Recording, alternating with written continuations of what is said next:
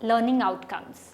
After studying this module, you shall be able to know what is crime, learn what are the causes behind the crime, evaluate the crime statistics and analyze the crime rate in India.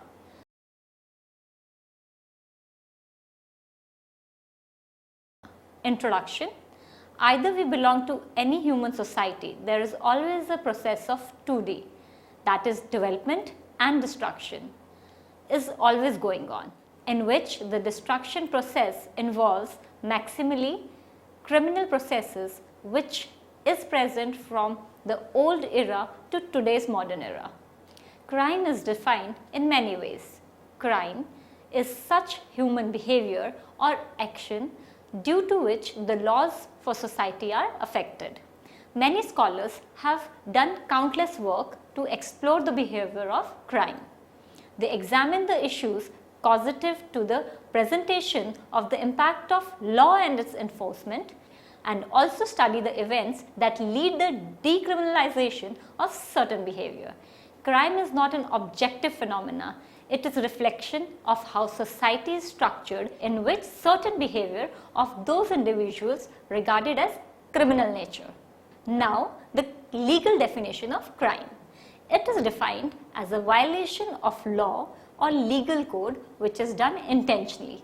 Paul Tappan, 1960, provided a simplified definition which was repeated with little variation in more than half the works we reviewed.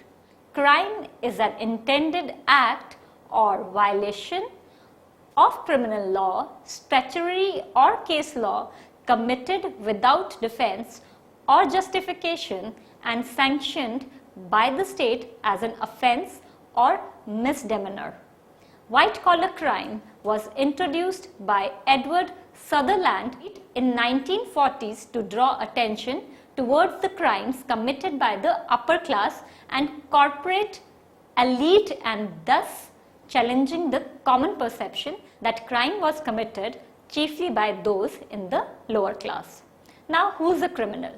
A person who commits a crime is a criminal, but technically, unless a person is convicted of crime by the court of law, he cannot be designated as a criminal. If pronouncement has been pending by the court, then he is referred to as an alleged criminal. That does why again a definition of crime could be defined as any act done or committed in violation of public law for which the person is liable to punishment by indictment, presentment or impeachment.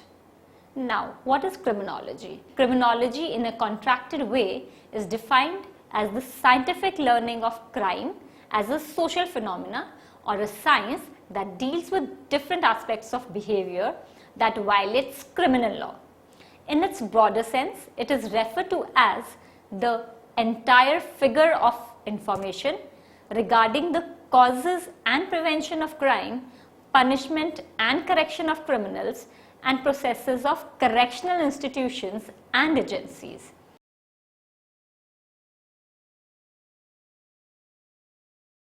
Now, we will discuss about the various causes of crime. Causes of crime. In Indian context, crime is an activity that involves breaking the law and enforcement. Crime is always relying upon the human because it is the mind that controls criminal behavior. Every conduct of human is an expression of mental activity, either it was conscious or subconscious. So the common factors in causing crimes are physical ailments which may be organic and functional. A delinquent act done by human may be the result of neurosis, psychosis, or it may be the combination of mental defect with some environmental factors. In aggression, sudden outburst in an environment which is favorable of antisocial crime. Now, causes of crime in view of sociologist. A sociologist looks in a different manner at human behavior, makes his own perceptions regarding it. He is stressed on learning and acquired aspects of behavior along with the personality traits. Crime is also one aspect of individual behavior. Thus, criminal behavior, according to Gibbons in 1977, focuses on the following facts. The facts are: first, learning of values, attitudes and behavior patterns depends upon the process of socialization and interpersonal association. It is thus sensible to approach individual's crime by paying devotion to his collection of social roles picked up from the structure of the society. Second, the etiological process that leads to criminality's role behavior involves a number of causal variables, that is, criminal behavior is the product of multiple causes. Third, circumstances that hinder the achievement of goals contribute much to crime and felony. Then fourth, almost every person either involves in petty law violation in his lifetime or entertains deviant and criminality's roles heavily, that is, are linked to serious act of law violation and thus identified by society as criminals. Individuals that are engaged in petty and isolated acts of deviance are also sometimes labeled as law violation. Thus, both are criminals as they are so labeled by the authorized machinery of social control. Fifth, crimes of a large number of criminals are not premeditated but are the result of situational pressures. Now, sixth, male and female criminals and juvenile and adult offenders require different approaches in their motivational mechanisms for committing crimes. Now, seventh, there are personality distinctions among criminals. The distinctions are in their social characteristics and in deviant behavior as well. Also, there are some persons who consider themselves as criminals, but there are many who have no self-image as a criminal. Eighth, criminals not only play antisocial role, but also many social roles as husband, father, employee, and so on. Ninth, variations in their societal response to criminality of different kinds as well as punitive handling determine continuation in criminality. Then 10th, with the presence of as more laws in society, more police will turn into unproductive. Thus, excessiveness of laws and ineffectiveness of police increases criminality.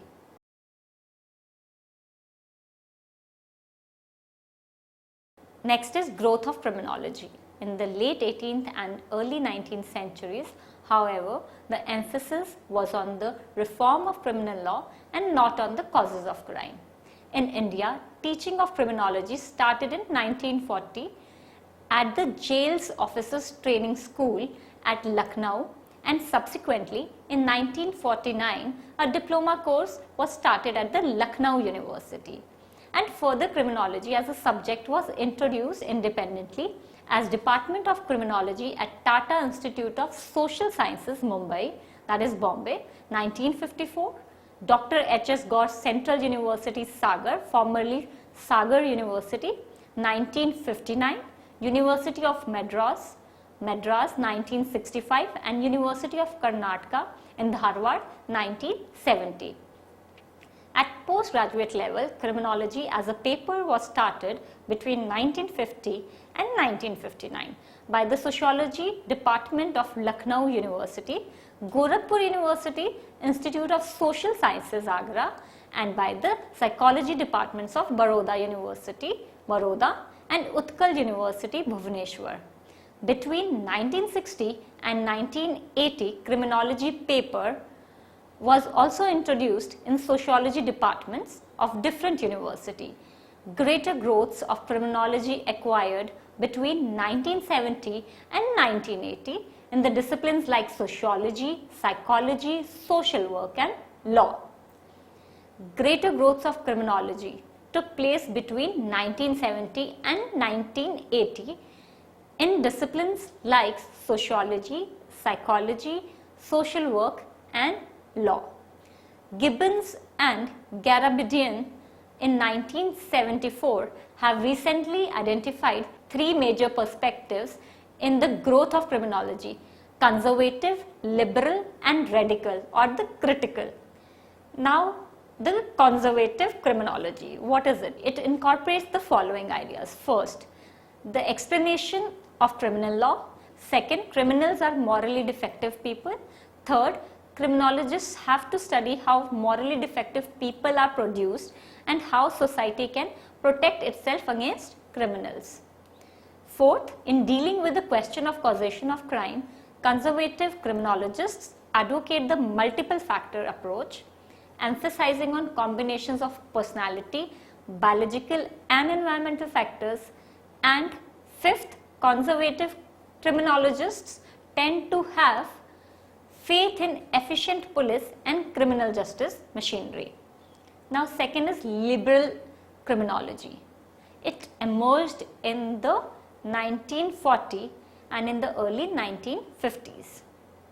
Since liberal criminology has dominated the field over the past 50 years, it is also called as mainstream criminology. Early liberal criminology has three major views. First view is crime is the outcome of learning process occurring within a criminogenic culture. Then is criminality is the result of breakdown of personal and social controls. And third is the crime is a normal response to a situation of cultural discontinuity between ends and means. These views affirm that criminals are not perceived as morally defective persons but are seen as law-abiding people in society who commit crime to achieve culturally supported goals like wealth, prestige and power. In the late 1970s, according to the new liberal criminology, society is characterized by conflict and criminality, which is the outcome of power differentials and of struggle to defend individual interests. Third, radical criminology. In 1970s, another view of criminology emerges known as radical criminology, and it rejects liberal reformism like probation, parole, juvenile court system, Brostol schools and correctional reformities, because all these strengthen the power of the state over the poor.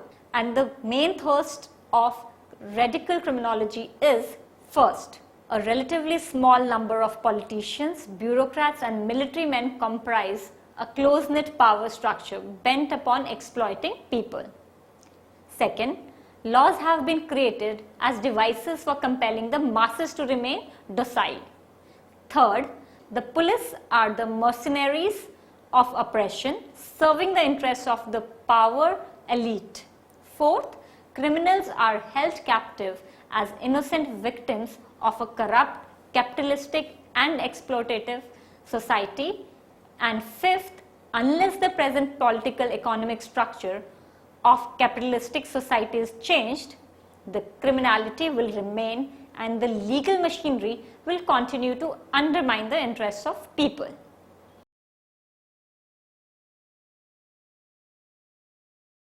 Statistics of crime and criminology. According to Cladwell in 1956, statistics in criminology furnish us with much valuable information. First, they tell us about the magnitude of crime, types of crimes and the nature of criminals in a society. This information is very useful in corrective and preventive programs. Secondly, statistics can inform us about the number of persons arrested for committing crimes, number of persons prosecuted, convicted, imprisoned, placed on probation or acquitted. That is, how the criminals have been handled. This has helped in determining the efficiency of the law enforcement agencies and the problems that confront them. Thirdly, they can explain the characteristics of criminal and delinquents and their backgrounds like sex, age, marital status, education, occupation, income, residence, etc. According to Cladwell in 1956, certain difficulties took place during use of statistics in criminology. First, The laws keep on changing from time to time and place to place. Consequently, increases or decreases in the figures shown in reports may reflect the action of legislature in the reduction of offences and not any changes in the habits or activities of the people. Secondly, all acquired statistics are not always available. Absence of complete record on crimes therefore provides us only a sample of actual criminality. The ratio between sample and totality may not always be the same, because of which the criminologist may fail to ascertain the actual size of the problem. Thirdly, the recorded criminality, in order to be meaningful, must be related to the population of the society. This is generally not done. The result is that what is interpreted as increase in criminality may actually reflect an increase in population. Fourthly, the number of persons arrested does not give the correct picture of crime, because other information is also needed if we are to have a clear picture of what is happening in a society. Criminologists are devoted to the study of crime and criminal behavior. As two noted criminologists, Wolfgang Marvin and Ferracuti Franco, in 1967 put it, a criminologist is one whose professional training, occupational role and pecuniary reward are primarily concentrated on a scientific approach to and study and analysis of the phenomena of crime and criminal behavior. A researcher in criminology has to focus all the aspects and factors during analysis of crime data, rather it merely depend on crime statistics compiled by the government agencies or others. Crimes are also categorized into four groups for statistical record, research and analysis purposes. First, crime that have been done against person like assault and murder. Second, crime that has been done for property like theft, robbery, and third, crimes which are against public decency or morality like drunkenness, disorderly conduct, and lastly, the crimes against public justice like embezzlement, breach of trust, etc.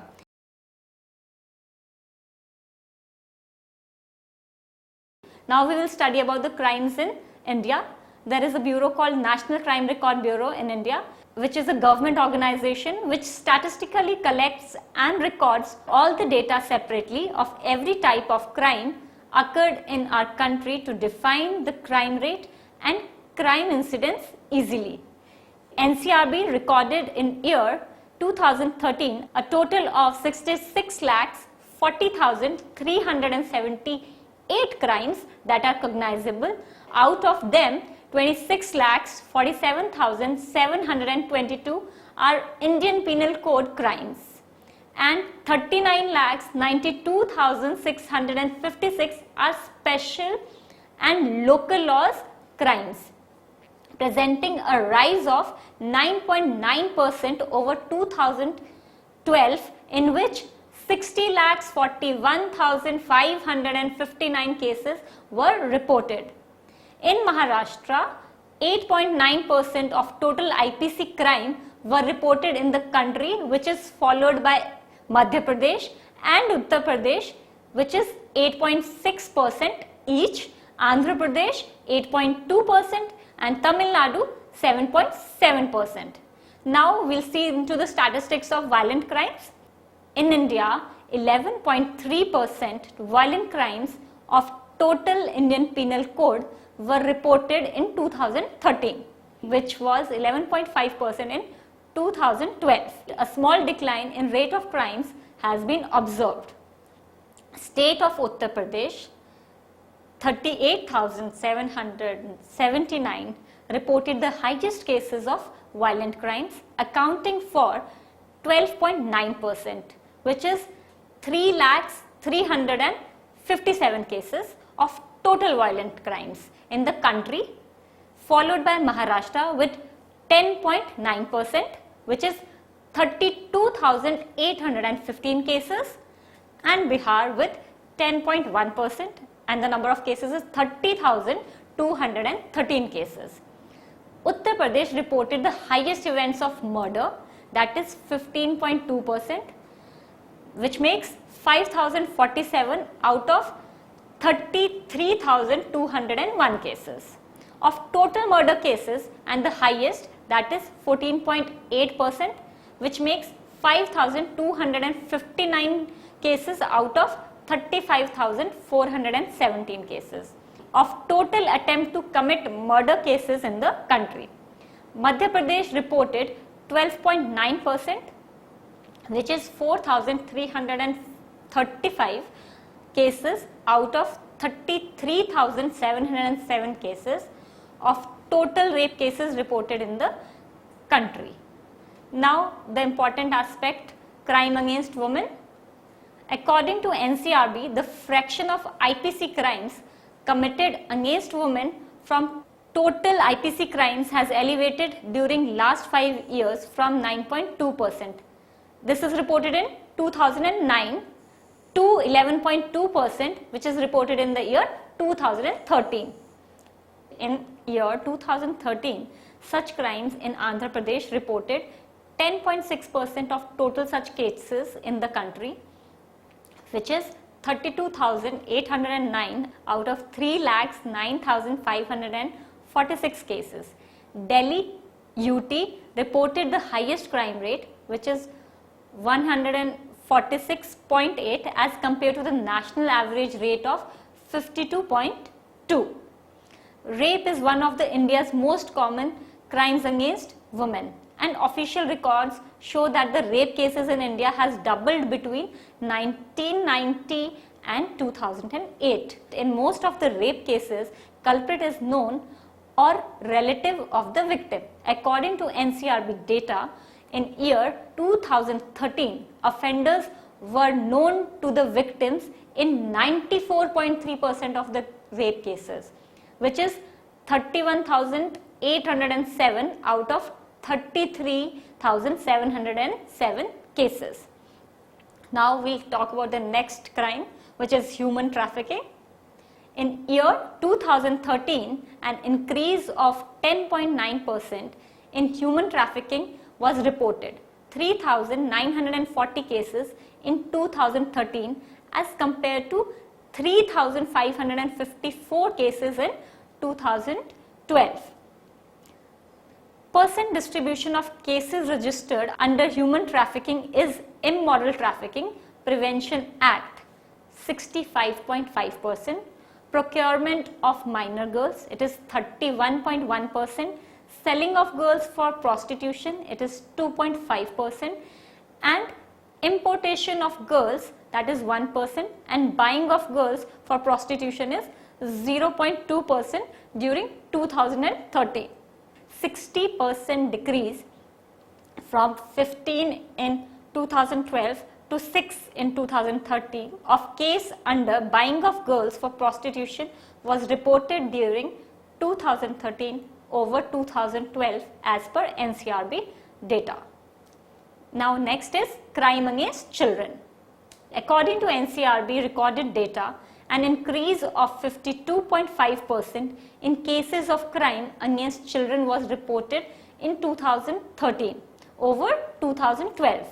In percentage terms, major crime heads under crime against children during 2013 were reported under kidnapping and abduction, which is 48.4%, rape 21.2%, murder other than infanticide 2.8%, procuration of minor girls 2.1%. Next is juveniles in conflict with law. Number of juveniles in conflict with law under both IPC and SLL has increased by 13.6% and 2.5% respectively during the year 2013 over 2012. The share of IPC crimes committed by juveniles to total IPC crimes was reported as 1.2% during 2013. The highest increase in the incidence of crimes committed by juveniles was reported under assault on woman to outrage her modesty, which is 132.3%, followed by insult to the modesty of women, which is 70.5%, and rape, which is 60.3%. The highest number of juveniles were apprehended for thefts, which is 7,969, followed by hurt, which is 6,043, and burglaries, which is 3,784. These heads taken together accounted for 40.9% of total juveniles apprehended under IPC crimes. The percentage of juveniles apprehended under IPC was 66.3% in the age group of 16 to 18 years during 2013.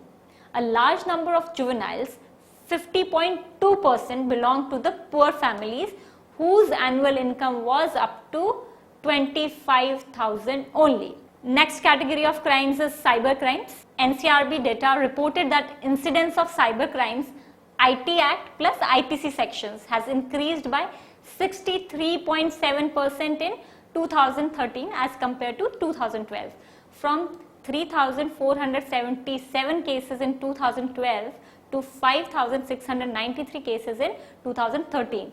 In year 2013, cyber forgery accounted for 55.9%, which is 747 out of total 1,337 IPC cases.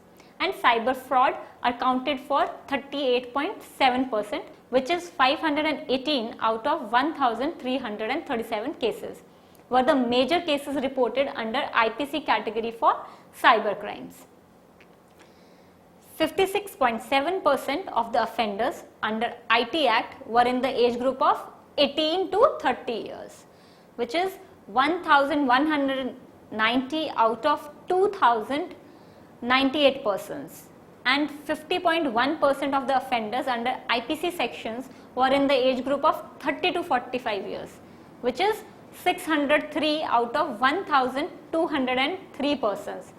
During 2013, 21.8% of cyber crimes was reported for fraud or illegal gain, that is 1,240 out of 5,693 cases, which is followed by eve teasing or sexual harassment with 19.6%, which is 1,116 cases, and greed or money with 14.4%, which is 821 cases. Similarly, in 13.2% of cases of cybercrime, suspects were neighbors, friends and relatives, which is the number of cases are 749 out of 5,693.